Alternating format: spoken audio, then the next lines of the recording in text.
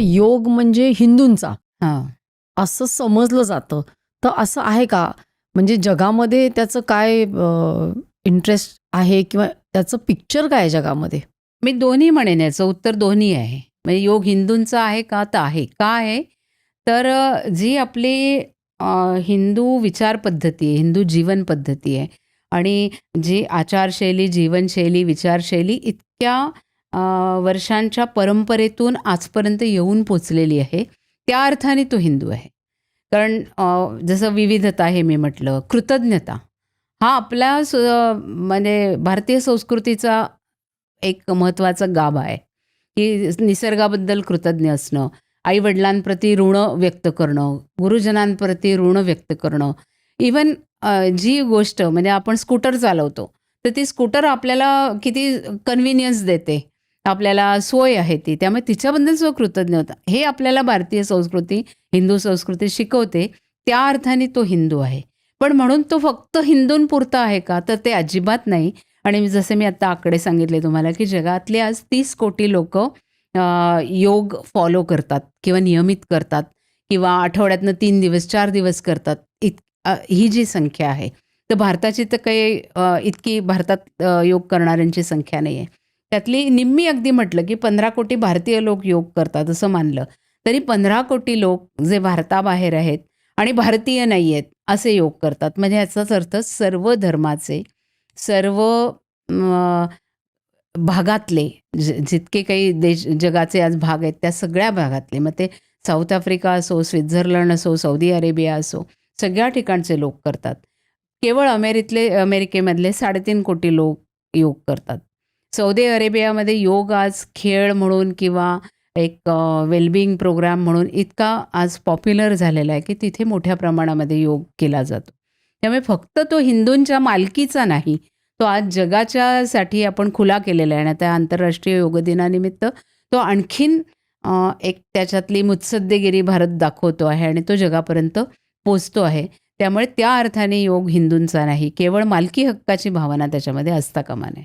आता तुमचं जे पुस्तक येतंय त्याच्यामध्ये मी वाचलं, की अगदी पाकिस्तानात सुद्धा योग केला जातो आणि सेंटर्स आहेत. तर अशा या मुस्लिम राष्ट्रांमध्ये सुद्धा हा योग तेवढ्या प्रमाणात होतो का? म्हणजे किती सेंटर्स असतील असली तर? पण तुम्ही त्याच्यावर अभ्यास केलेला आहे. अभ्यास केलाय आणि मी आधीच म्हटलं असं, की मी योगतज्ञ नाही, तर मी योग अभ्यासक आहे. आणि हे जे पुस्तक माझं आता योगाचे विश्व आणि विश्वातला योग या 11व्या योग दिनाच्या निमित्ताने येतंय. तर त्याचा अभ्यास करायची सुरुवात जेव्हा झाली, त्याचं कारणच हे आहे, की 2018मध्ये भारत सरकारने आपल्याकडचा गौरवाचा जे पुरस्कार आहे गौरवाचा, पद्मश्री पुरस्कार, तो सौदी अरेबियातल्या नौफ मरवाई या योग साधिकेला किंवा योगतज्ञ व्यक्तीला दिला. आणि मग मला असं एकदम वाटलं, की अरे असं कसं काय, म्हणजे का बरं झालं असं? मग मी तिच्याबद्दल वाचलं आणि मग आणखीन मी जसं वाचत गेले, तसं केवळ ती एकच नाही आहे. तर 2015 पासून अनेक परदेशातल्या योगसाधकांना भारत सरकारने पद्मश्रीने गौरवलेलं आहे.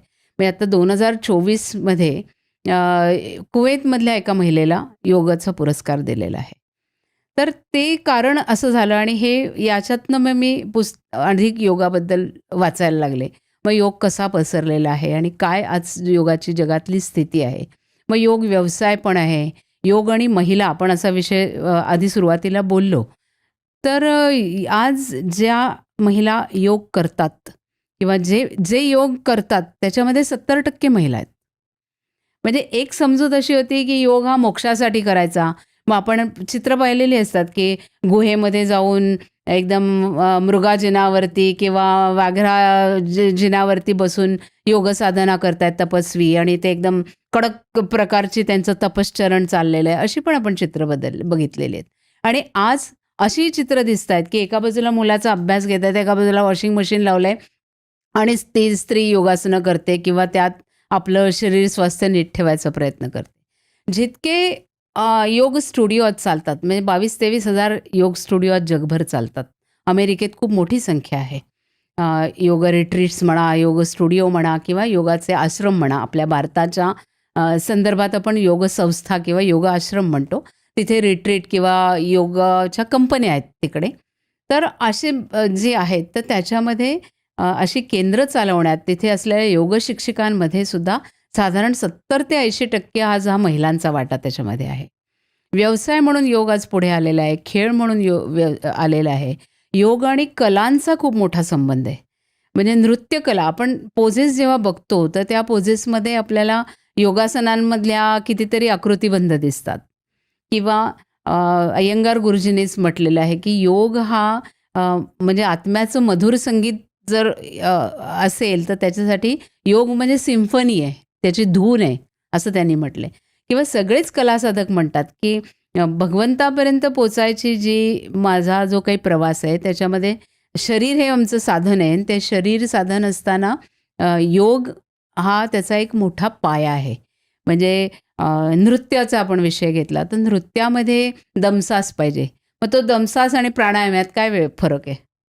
म्हणजे माझ्यापेक्षा तुम्ही ह्याच्यामध्ये सांगू शकता की आणि मुद्राभिनय जो आहे त्याच्यामध्ये अंगुली म्हणजे 10 हातांच्या बोटा, हातांच्या मुद्रा जशा आहेत तसं नृत्यामध्ये पण आहेत. शिल्पकलेमध्ये कितीतरी आसनांचे आकृतिबंध आपल्याला दिसतात.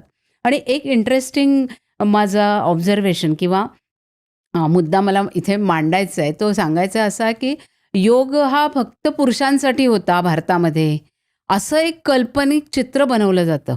त्याचा आता इतिहास आपल्याकडे लिखित स्वरूपात कदाचित नसेल, परंतु आपण जर शिल्पकला बघितली तर त्या शिल्पकलेमध्ये योगासनांच्या ज्या मुद्रा आहेत किंवा जी आसनांच्या आकृतिबंध आहेत ती आकृतिबंध स्त्रिया आणि पुरुष दोघांचेही कोरलेले आपल्याला दिसतात. ह्याचा अर्थ योग हा आपल्याकडे फक्त पुरुषांपुरता केंद्रित किंवा मर्यादित नव्हता, तो महिलांसाठी होता. आणि त्याही पुढे जाऊन ती आपली ऋतुचर्या, ती आपली दिनचर्या आणि तीच योगचर्या होती. म्हणजे तो आपल्या अविभाज्य जगण्याचाच भाग होता. वेगळा योग मला करायचा आहे किंवा मला त्यासाठी स्टुडिओत जायचं आहे किंवा क्लासला जायचं आहे अशी स्थिती नव्हती. तर ती यमनियम जे म्हटलं ती आपली ऋतुचर्या होती, ती आपली दिनचर्या होती. अशा प्रकारे योग हा आपल्यामध्ये आजसुद्धा मुरलेला दिसतो. म्हणजे आपण म्हणतो की 15 कोटी भारतीय लोक योग करतात म्हणजे आसनं करतात. पण बाकीच्यांची जी जीवनशैली आहे ती योगाधारित आहे, योगाशी संबंधित आहे असे खूप दाखले आपल्याला मिळतात. ही क्लिप शेवटपर्यंत बघितल्याबद्दल खूप खूप धन्यवाद. संपूर्ण एपिसोड बघण्यासाठी खाली दिलेल्या लिंकवर क्लिक करा आणि सर्व काही चॅनलला सबस्क्राईब करायला विसरू नका.